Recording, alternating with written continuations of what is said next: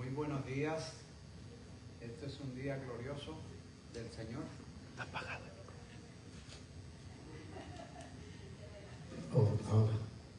Muy buenos días, que el Señor los bendiga. Amén. Este es un día glorioso que el Señor nos ha dado para venir a seguir en el estudio de su bella palabra. Nosotros, cuando terminemos esta serie, vamos a conocer la Biblia mejor que nunca, porque una cosa es leer unos pasajes aquí, otros allá, pero otra cosa es cogerlo de arriba abajo. Para los que están conectados con nosotros en Facebook, le agradecemos el privilegio de conectarnos con ustedes y espero que también ustedes se beneficien de este estudio que tiene que ver con conociendo la Biblia. Y comenzamos con el primer libro de la Biblia, que es el libro del comienzo, que es Génesis. Y aquí estamos, dimos la primera clase el domingo pasado y hoy vamos a seguir esa misma secuencia de estudios sobre el libro de Génesis. Voy a leer la primera parte ahora, parte de lo último que estudiamos la semana pasada, para ir conectando las cosas unas con las otras, para así familiarizarnos mejor. El domingo pasado dijimos que el libro de Génesis tiene el autor, bajo la influencia del Espíritu Santo, usó 12 nombres diferentes tocantes a Dios. Y en esta mañana tenemos el privilegio de ver los demás nombres, no los voy a leer, pero los demás nombres que se utilizan para identificar a Dios, porque Él mismo fue el que lo dijo. Nosotros aquí en el libro de Génesis aparecen 12 nombres que Moisés utilizó para referirse a Jehová, Dios de los ejércitos, el Dios supremo, el Dios creador. Mas, sin embargo, aquí en esta mañana la hermana Iris nos trajo ¿cómo se llama esto? ¿Un cuadro? Ahí están el resto de los nombres que se ven en la Biblia desde Génesis hasta Apocalipsis. Cada uno de esos nombres representan el carácter y los atributos del Creador, el carácter y los atributos de Dios. Ustedes pueden ver, excepto los que están en Facebook, bueno, sí, también lo pueden ver, ¿verdad? Aquí están los nombres que se usan en la Biblia para referirse a el Creador. Entre los más familiarizados son Admirable, Consejero, Cordero de Dios, La Resurrección y Vida y Señor de Señores, y por ahí sigue. Son muchos los nombres que se utilizan. Voy a ponerlo aquí a ver si puedo, para que si acá se puede, no sé.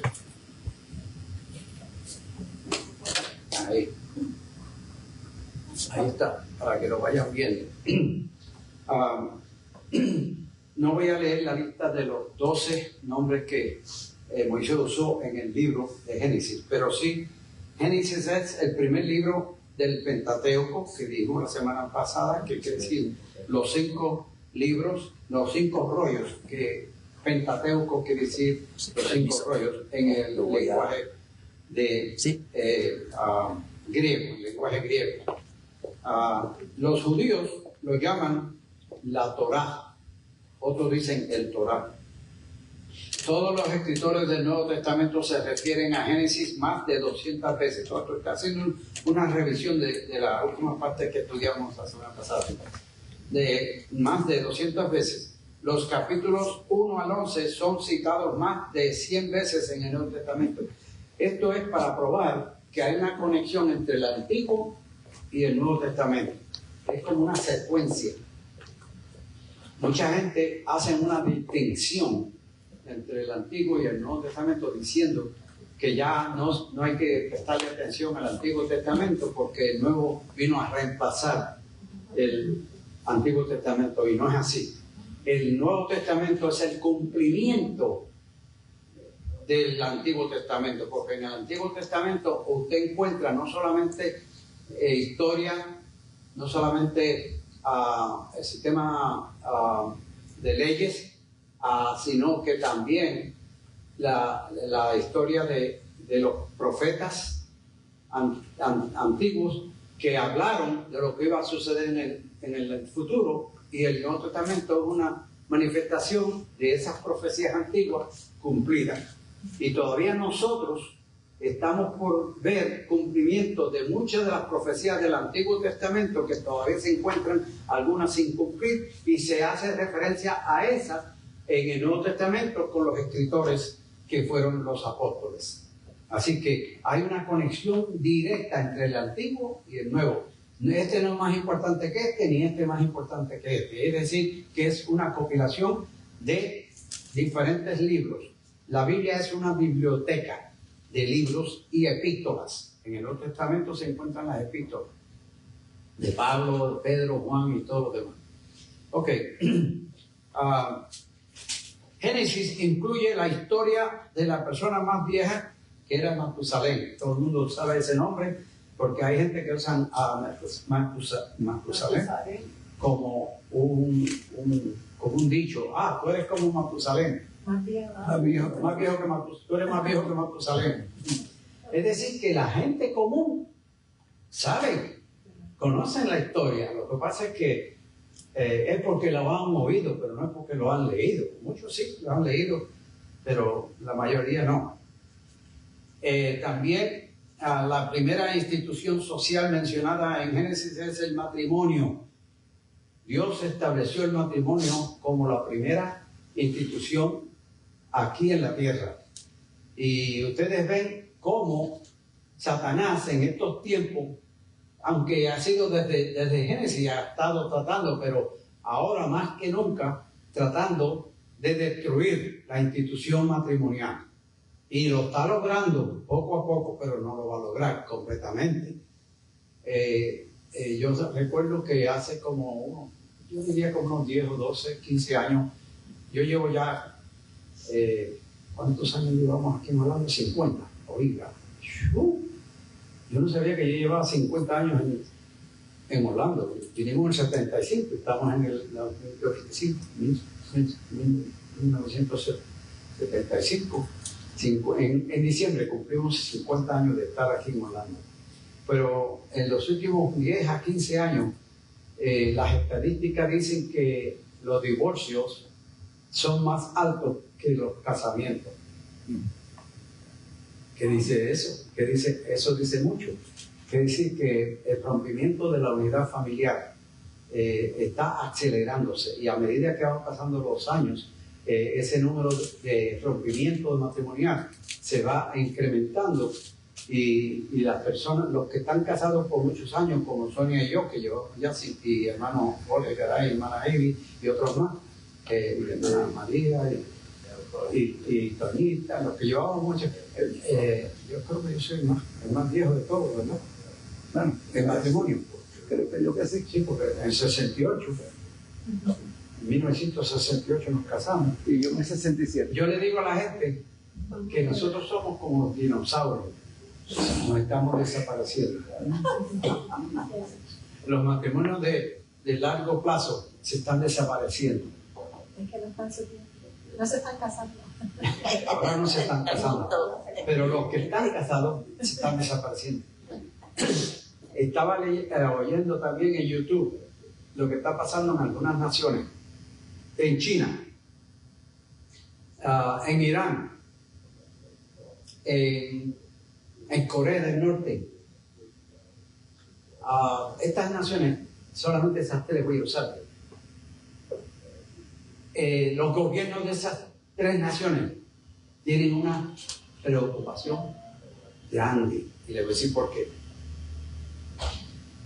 La China, por ejemplo, hace muchos años, la filosofía del gobierno era que un matrimonio no podía tener más de un niño, más de un hijo. Si era hembra, tenía que seguir hasta que tuviera un varón, pero las hembras no contaban, porque el varón es el que puede trabajar y generar dinero para sostener la familia.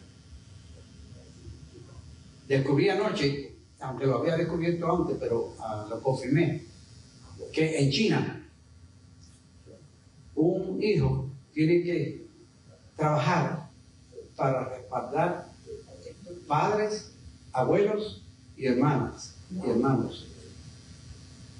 Por lo tanto, la gente, la juventud no se están casando para no tener hijos, porque ¿quién quiere criar hijos en un sistema como ese, donde no hay futuro? La juventud de China está completamente desorientada, desilusionada y no quieren, no tienen esperanza de tener un futuro. Entonces los que estudiaron y tienen preparaciones académicas elevadas se están yendo del país como puedan para otros lugares.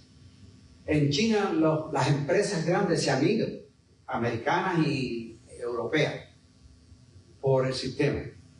Entonces eso está afectando la población, la economía, el crecimiento de la población. Ahora el número de ancianos es mucho más elevado que los matrimonios y que los jóvenes. Es decir, que la nación se está poniendo vieja con menos gente y no va a poder recuperar económicamente. ¿Sabían ustedes que la mayoría de las personas que trabajan en China, matrimonios o hombres o mujeres o lo que sea, 70% de lo que ganan lo invierten en apartamentos o casas que son de torres? Eso le llaman casa también, cada apartamento. El gobierno le vendía o le vende terrenos a las empresas que producen de construcción, a los developers, a los que desarrollan edificios, para que hagan apartamentos para esa gente que donaron, que están dando el dinero para invertir. Entonces están haciendo muchos edificios y están completamente vacíos, porque esos son los apartamentos que esas personas que trabajan van a utilizar para vivir el resto de su vida como ancianos. Hay tantos miles y miles y miles de edificios vacíos. La economía de la China está derrumbándose rápido. Y cuando una nación como China y como Rusia, como Corea del Norte, que son sistemas represivos, opresivos, le quitan el espíritu de la gente para el futuro. Por lo tanto, esas naciones o esos líderes, si es que se pueden llamar líderes, entonces se sienten desesperados y tienen que utilizar métodos opresivos para controlar la población para que no se rebele. Venezuela es un ejemplo de eso también. Cuba, Nicaragua, Bolivia, por ahí la lista sigue creciendo. Todo esto, ustedes notarán cuando ustedes leen el libro de Génesis que muchas de esas cosas que estamos viendo ahora en estas naciones ocurrió en aquellos tiempos también. Por eso habían esos dictadores como el faraón, como los césares de Roma y los dictadores de las naciones. Es decir, que la institución familiar, social, familiar, al desboronarse, se desborona la sociedad. Si se desborona la sociedad, se desborona la nación. Si se desborona la nación, se establece el sistema para guerras entre una nación y la otra, porque esta envidia a aquella, porque aquella está prosperando. Un ejemplo, Corea del Norte y Corea del Sur. La diferencia entre Corea del Norte y Corea del Sur en términos económicos es que los del norte no saben que los del sur son gente próspera y rica y con mucha educación y mucha libertad. Y cuando se enteran de qué sucede, quieren salir de allí para poder... Entonces se tienen que arriesgar sus vidas para... Y si salen de la frontera del norte de Corea, a donde único pueden salir con esperanza es China, porque China es la que cubre a Corea del Norte en la parte norte y oeste. Es decir, que tiene que salir por China, pero si los chinos lo agarran, lo mandan otra vez para Corea del Norte. Y allá los meten en cárceles, los torturan y muchos los fusilan. Es una cosa triste, hermano. Cuando ustedes ven eso, ustedes pueden apreciar lo que tienen aquí, lo que yo tengo aquí. Con solamente no tener ni siquiera una casa, con yo ser libre y poderme expresar, con eso es suficiente para ser feliz. Hermano, estas cosas hay que hablar de ellas para abrir la mente de la gente, para que sepan que cuando venga la crisis a Estados Unidos, que va a venir, la gente se van a morir de depresión, de ataques al corazón y de suicidio. En Estados Unidos, en la depresión, para allá para 1930 hasta el 40, los grandes magnates o magnatos, no sé si se dice correctamente magnates, los dueños de las empresas, cuando se les fueron todas las inversiones al piso en la depresión, esta era la solución de ellos. No podían pensar que iban a ser pobres ahora que son ricos. Pues eso sucede en todas las culturas. La arqueología verifica a los eteos como la gente del Génesis. Ese es un detalle que no es tan interesante. Era la primera gente que existieron en aquel tiempo, los eteos. Adán Adán es referido varias veces en el Nuevo Testamento. Si Adán, que fue el primer ser humano en la tierra, es mencionado en Génesis para el tiempo, en el Nuevo Testamento para el tiempo de los apóstoles, quiere decir que Adán era una persona real. Usted no va a hablar de una persona que usted no sabe que existe. Es decir, que cuando usted vea el nombre de Adán en el Nuevo Testamento es porque es referido, porque la arqueología lo verifica como una figura histórica. Ahora, la semana pasada comenzamos con quién escribió el libro. Por causa de la conexión hecha en la escritura entre Moisés y la ley, se acepta generalmente que Moisés es el autor. Es decir, la conexión que hay entre la ley y la escritura, entre Moisés y la ley, se acepta generalmente. Es decir, que eso es la mejor evidencia. Por ejemplo, Juan 5:46. Yo creo que no leímos esa cita. ¿No se recuerdan? Yo creo que sí. Juan 5:46. Sí. Mientras usted la busca, alguien me busca Lucas 24:27.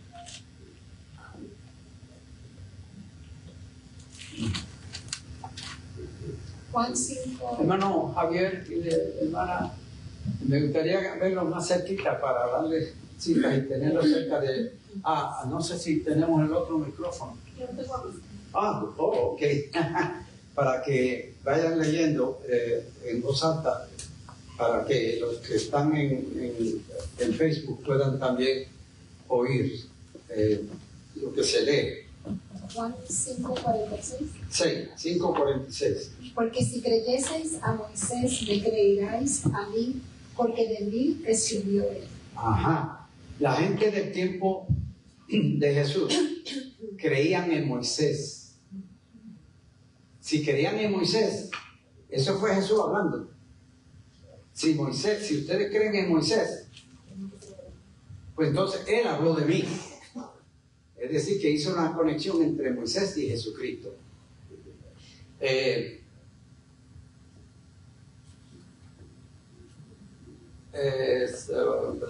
Jesús dijo, Moisés escribió sobre mí.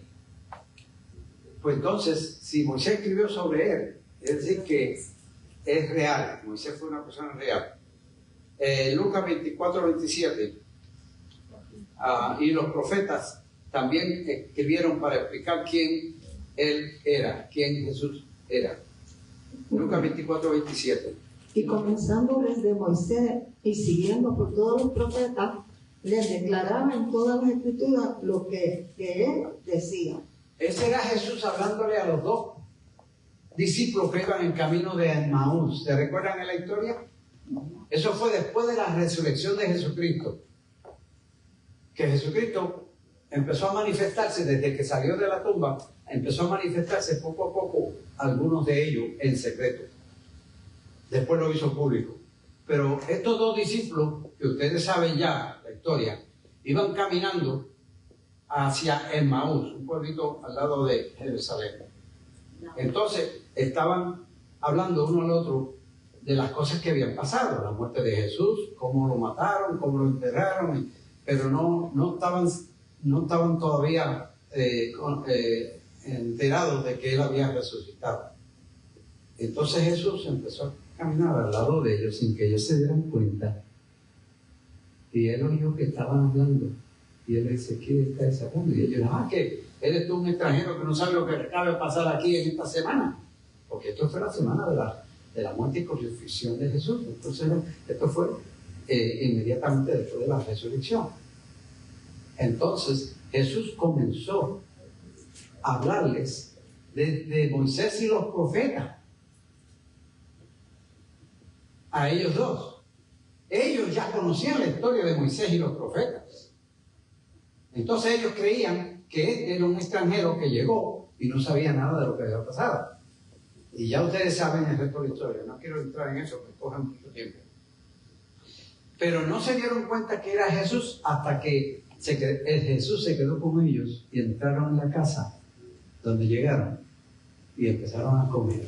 Y cuando él empezó a ofrecerle el pan y el vino, se dieron cuenta que era el mismo Jesús que les había dado la comunión o la cena antes de morir, la noche antes de morir.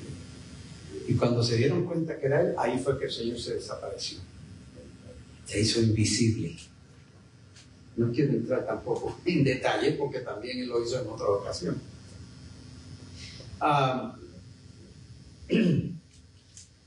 Sí. Moisés creció en la casa del faraón de Egipto desde que era un bebé recién nacido, como de ¿cuántos meses? Como de 3 meses, como 3 meses creo que sí. La mamá fue la que lo estuvo cuidando sin que ellos supieran que no, pero que mandaron a buscar la mamá, mandaron a buscar una hebrea para que lo cuidara, para la hija del faraón. Pero no se dieron cuenta que esa era la verdadera madre. ¿Qué cosa? ¿Qué privilegio tuvo la mamá de Moisés que a escondidas tuvo que cuidar su propio bebé? Son historias tan bellas, tan interesantes, como la providencia divina manejaba las circunstancias para que se llevara a cabo el plan que él tenía, para cuidar y proteger a ese bebé que más tarde, 80 años más tarde, iba a ser el libertador de la nación de Israel. Que ahí es que nosotros tenemos el privilegio, hermano, de conocer estas historias y poder ver el panorama histórico completo de la Biblia. Aquellos no, aquellos estaban viviendo esas escenas. Nosotros estamos viendo ahora lo que ellos vivieron. Por eso es que, hermano, si usted no aprecia el libro que usted tiene en sus manos, la Biblia, que es un tesoro que lo puede conducir a usted a la eternidad. ¿Y cómo hay tanta gente que menosprecian ese libro? A veces yo buscando metal encuentro Biblias en Zapacón, al lado de la gente que bota muebles y cosas en esos apartamentos. A veces yo encuentro cosas, libros sagrados y libros cristianos y todo, porque la gente los botan porque ya nunca le hicieron caso. Y he encontrado Biblias y me da pena ver esas Biblias tiradas en la basura. ¿Sabe qué? Que muchos hermanos, yo no debo decir muchos hermanos, mucha gente que tiene Biblia miran ese libro como un libro cualquiera y tienen que sacudirle el polvo si lo encuentran. Una vez se dice de una señora que necesitaba espejuelos para leer y ella leía la Biblia, pero un día dejó de leer la Biblia. La última vez que dejó de leer la Biblia, los espejuelos estaban juntos con la Biblia. Y buscando los espejuelos, buscando un día, encontró la Biblia y encontró los espejuelos. Fue la última vez que ella había leído la Biblia. Ok.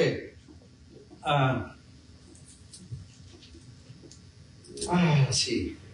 Ese Moisés que se crió en la casa de Faraón, más tarde dirigió a los israelitas fuera de Egipto hacia Canaán. Fue asistido por su hermano y hermana, Aarón y Miriam, a conducirlos hacia la tierra prometida. Los eventos registrados en el Génesis terminaron como 300 años antes de Moisés vivir. Eso quiere decir que él tiene que haber recibido el material para el libro a través de revelación directa del Espíritu Santo. Inspiración, eso se llama inspiración.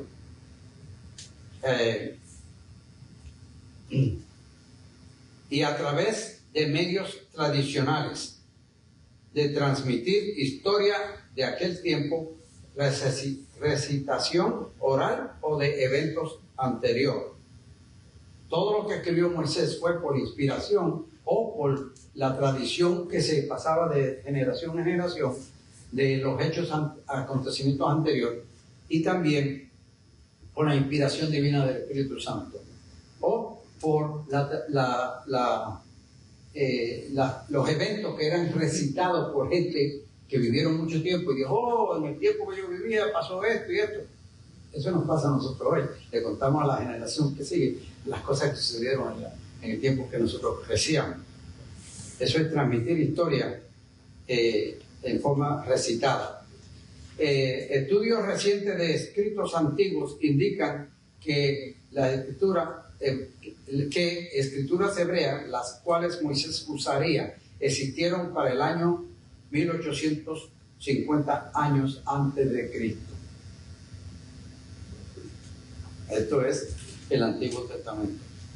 Ahora, hoy vamos a descubrir quiénes están en el libro, quiénes son los que están mencionados en el libro de Génesis.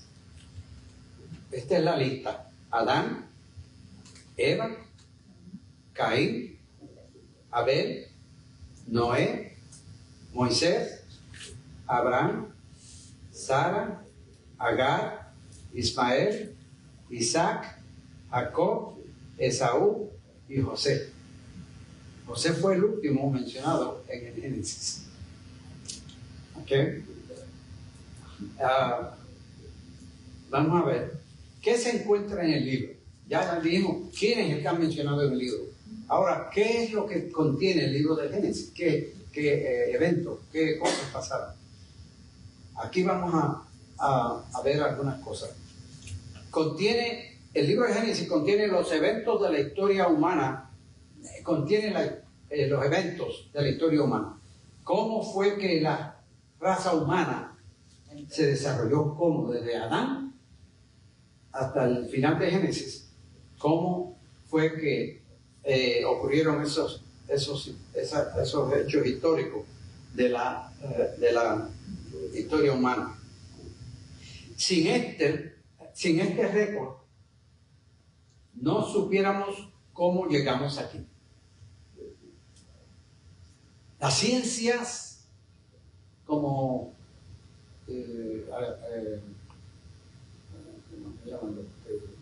lo que estudian los astrólogos y los, ¿cómo se le llama eso?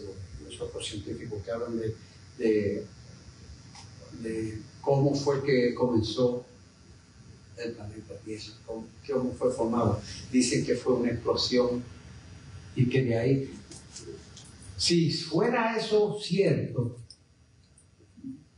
los carros, los edificios, las cosas materiales que nosotros vemos hubieran existido a base de una explosión también.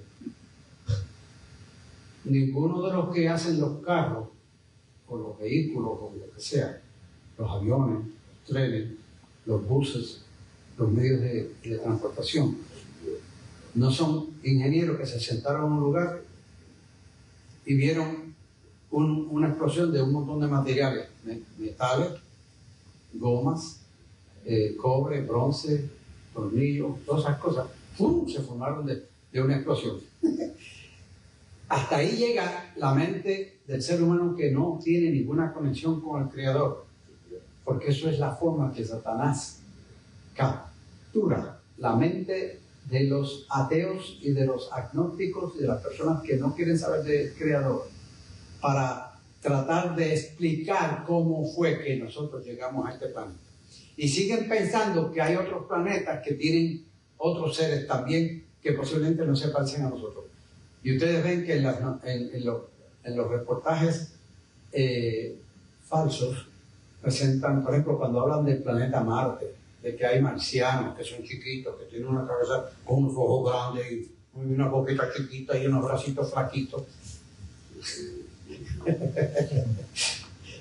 La mente humana, si no está conectada con el Creador, coge diferentes rumbos, porque Satanás es el arquitecto de toda perversión.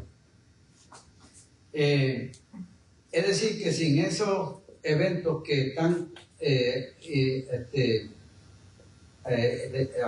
¿cómo se llama? Escritos, no supiéramos cómo llegamos aquí. Sin la historia de la caída, no podremos entender por qué necesitamos un Salvador.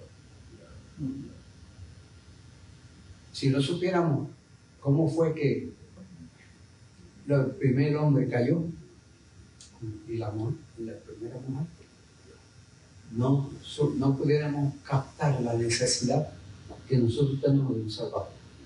Es decir, que tenemos que saber cómo fue que la persona cayó de la gracia divina, después de haber sido creado en un estado de perfección. Qué interesante que ese estado de perfección de Adán y Eva, antes de pecar, es el anhelo de todo ser humano. Quisiéramos vivir para siempre. Y buscamos todos los esfuerzos por estirar nuestra vida. Michael Jackson, el cantante famoso, quería que cogieran el cuerpo de él cuando muriera, lo pusieran en una nevera especial, porque él pensaba que en el futuro podía la ciencia llegar a un punto en que podrían resucitar muertos científicamente.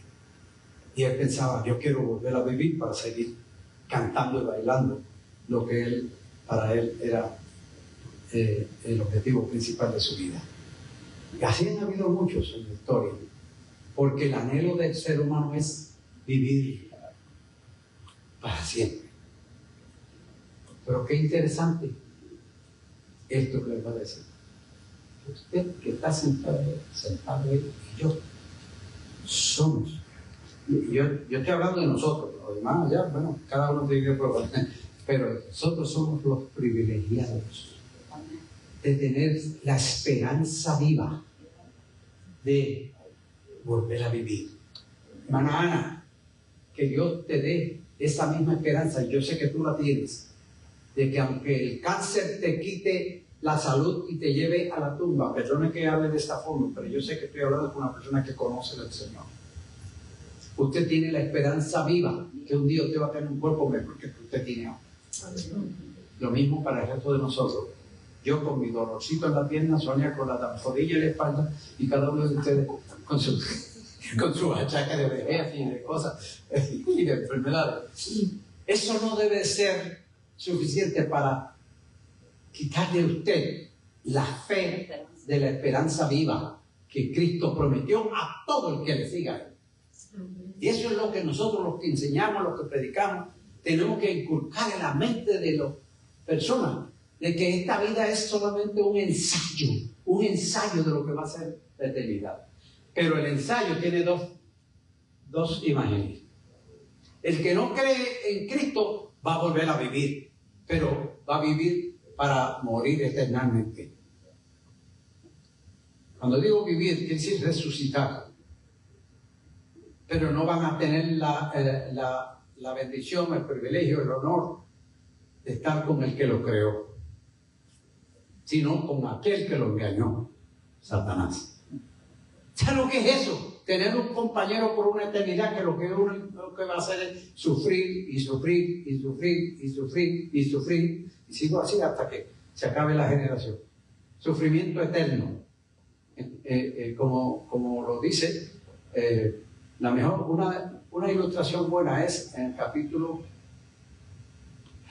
no me quiero equivocar, 16 o 17 de Lucas. Uno de esos dos capítulos. Yo creo que es el 17 o 17, no, es el 17. Lo de el hombre rico que murió y Lázaro, el mendigo. Y el que estaba narrando esa historia, nada menos que el mismo Jesús. No le voy a dar los detalles, díganlo en su casa. Ese pasaje a mí me impresionó mucho, porque me dice, ahí esa historia que Jesús narró, me dice que cuando usted se muera, usted va a ir a uno de dos lugares. En el primero, el lugar que menciona, es una recámara del infierno. Y el que va allí se da cuenta que está en un sitio de sufrimiento, tiene sentimientos, puede ver, puede hablar, puede oír, puede tener sentimientos hacia sus familiares cuando estaba vivo. Es decir, la persona no pierde esos sentidos solo porque el cuerpo murió, porque lo que está sintiendo lo que tiene uso de esos sentimientos o esas, ¿cómo se llama eso? Facultades. Ajá. Es el espíritu que está en la persona, no es el cuerpo. Es el alma que está ahí, es la que siente, es la que se expresa. Entonces, el otro lado menciona el paraíso, que es un ejemplo de lo que es la eternidad. Dije un ejemplo porque cuando Cristo murió, la Biblia dice que Él bajó abajo, al infierno mismo. Cerca del infierno en el infierno hay unas recámaras, según la Biblia. Y una de ellas es el paraíso. Y Señor, todos los que son salvos del Viejo Testamento por fe, porque la gente del Viejo Testamento que se salvaron no fue por la ley, fue por fe. Y si usted no lo cree, le hace Hebreo 11. Ahí está la lista de el Hall of Faith, el Salón de la Fe. La lista de los que en el Viejo Testamento murieron por fe, no por la ley, y llegaron al cielo. Es interesante también esto, que cuando Jesús bajó al paraíso, allí estaban todas las almas del Antiguo Testamento que ejercieron la fe en creer en un ser que ellos nunca habían visto, que es Jehová Dios de los ejércitos, que es el Padre de Jesucristo, que era el que se manifestaba en el Viejo Testamento a través, aunque también Jesucristo se manifestó en el Viejo Testamento. Entonces, aquella gente de aquel tiempo, el Señor Jesucristo, con el sacrificio de la cruz, hizo que ese sacrificio se aplicara a todos aquellos del Viejo Testamento que murieron por fe. Porque la fe es la que agrada a Dios. Y la fe es un elemento de la gracia de Dios. ¿Qué quiere decir gracia?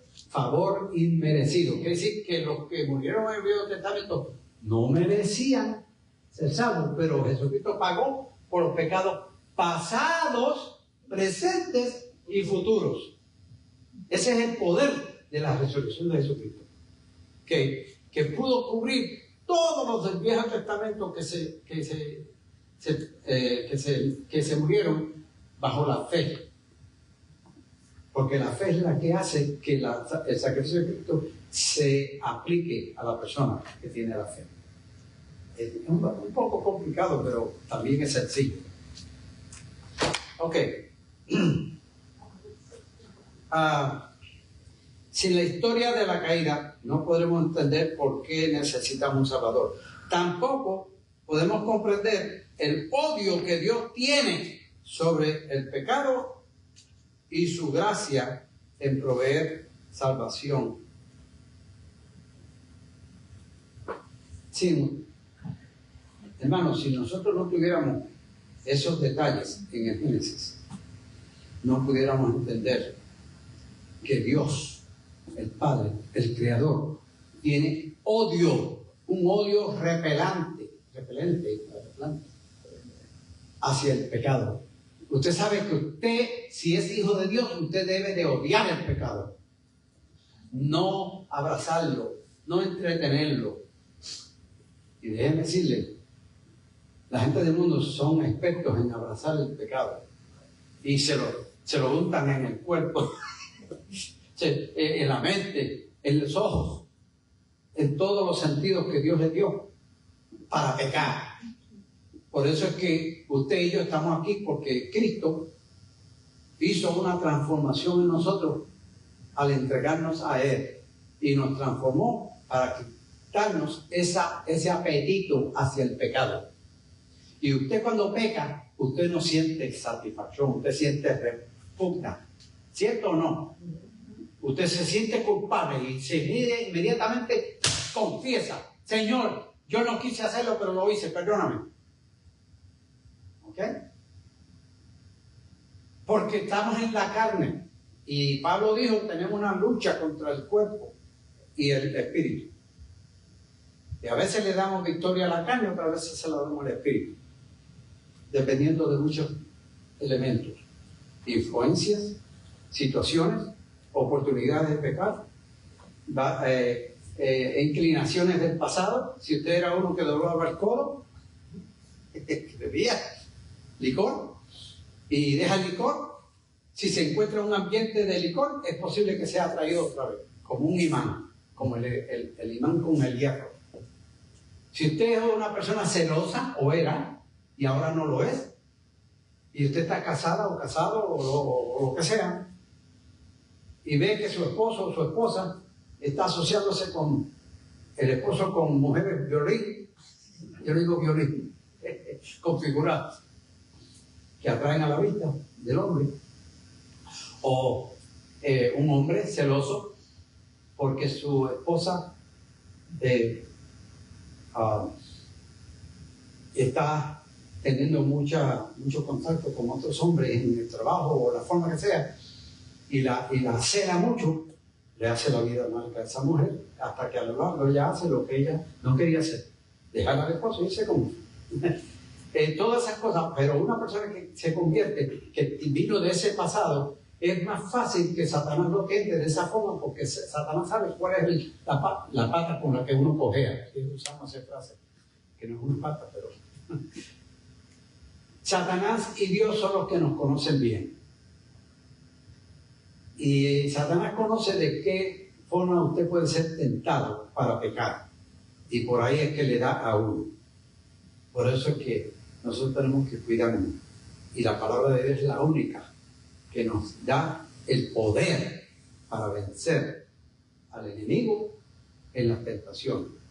Y es difícil si no es por la gracia divina que ejerció un cambio transformador en nosotros y nos dio el poder a equiparnos como Él lo pudo hacer.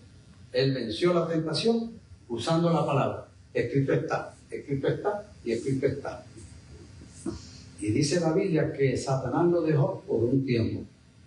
No dice que lo dejó permanente, lo dejó por un tiempo. Y cuando llegó la edad de los 33 años, ahí volvió a tentarlo de una forma difícil. Pero él la venció hasta el final. Y esa misma victoria que él tuvo, se la garantiza a todo aquel que le sigue. Es decir, usted y yo. ¿No se siente usted muy privilegiado o privilegiada? Sí, debe sentirse.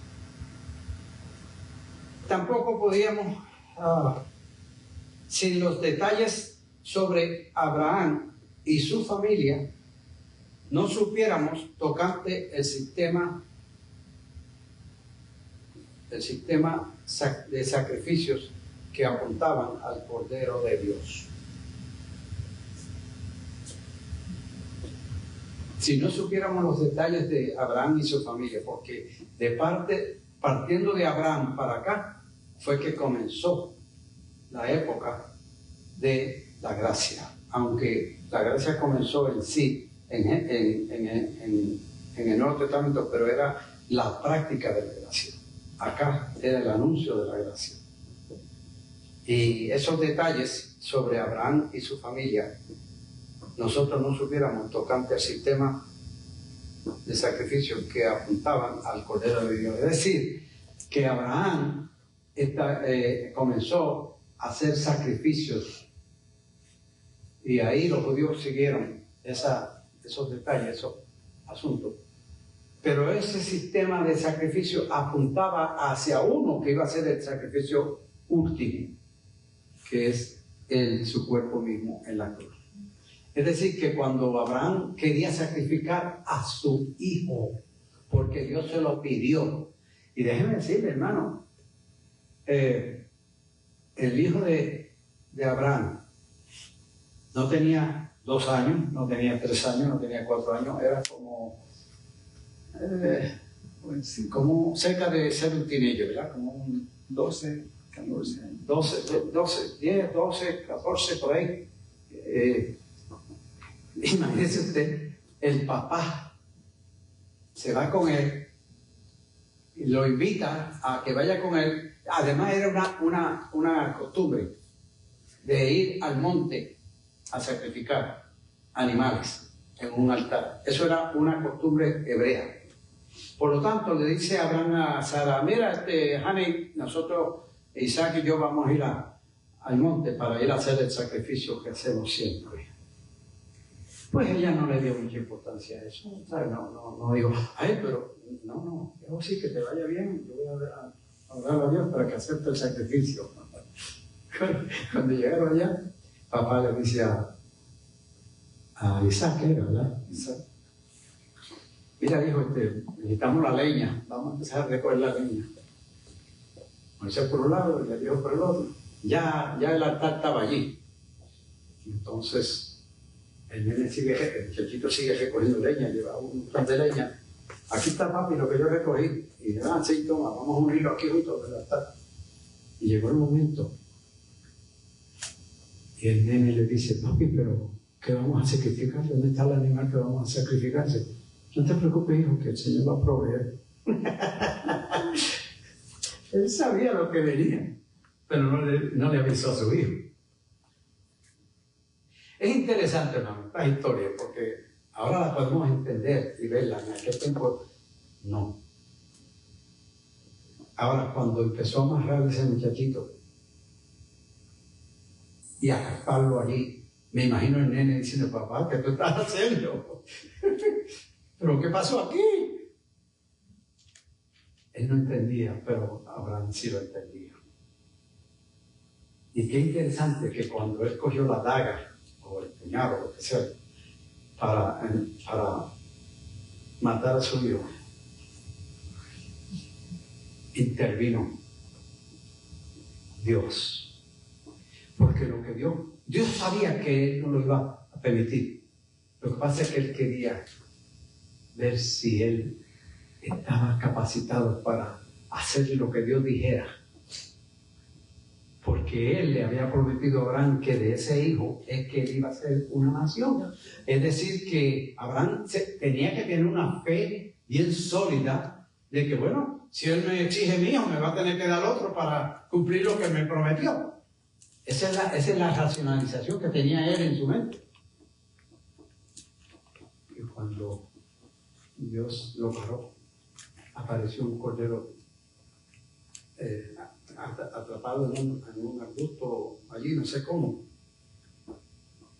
y soltó al muchacho, puso el sacrificio. Porque un detalle interesante: cuando salieron, que le dijo a la esposa: nosotros vamos a ir al monte a sacrificar, pero regresaremos. Esto es importante. ¿Cómo él sabía que él iba a regresar con su hijo si lo iba a sacrificar?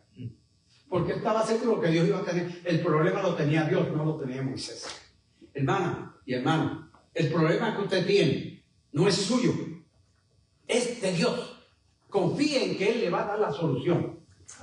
Confíe que Él no lo va a sacrificar a usted. Él va a proveer la solución de ese problema que usted está teniendo. Ese problema es de Dios, no suyo, porque usted es propiedad de Dios y todo lo que usted tiene le pertenece a Dios, inclusive los problemas, las situaciones. Sí, es interesante saber, darse cuenta cuando el hijo le pregunta, papá, aquí está la leña y el altar y todo, y el cordero, ¿dónde está? Y dice, Jehová se proveerá. Sí, claro. Está diciendo, se proveerá el mismo Dios. El mismo Dios, Él es el que se va a proveer su propia solución al problema, no yo. Eso es el problema de Dios. Es como si Él dijera, bueno, el problema es de Dios, no es de nosotros. No nos preocupemos por eso. No se preocupe usted cómo usted va a salir del lío en el que usted se encuentra. Amén. Sea financiero, sea emocional, sea relacional con hijos, hijas, familiares, lejanos, cercanos, lo que sea. Esas situaciones las tiene Dios en su plan. Y Él lo que quiere de ti es que tú te sometas y creas que Él va a ser el que te va a resolver el problema y no necesitas tú preocuparte.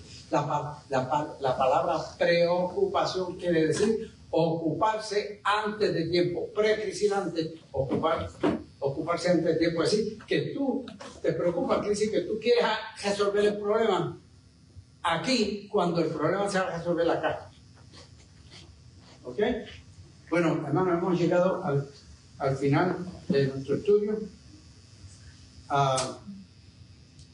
Dejamos por sentado que lo que se encuentra en Génesis tocante a los sacrificios que se practicaron en el Viejo Testamento apuntaban hacia un último sacrificio para reemplazar todos esos sacrificios, para que usted y yo hoy no tuviéramos que tener una finca en nuestra casa con animales para sacrificar, un montón de palomas alimentándolas, para un día cuando tengamos que ir al altar a sacrificar, tengamos los animales necesarios que Dios exigía en aquel tiempo para satisfacer la ira de Dios sobre el pecado.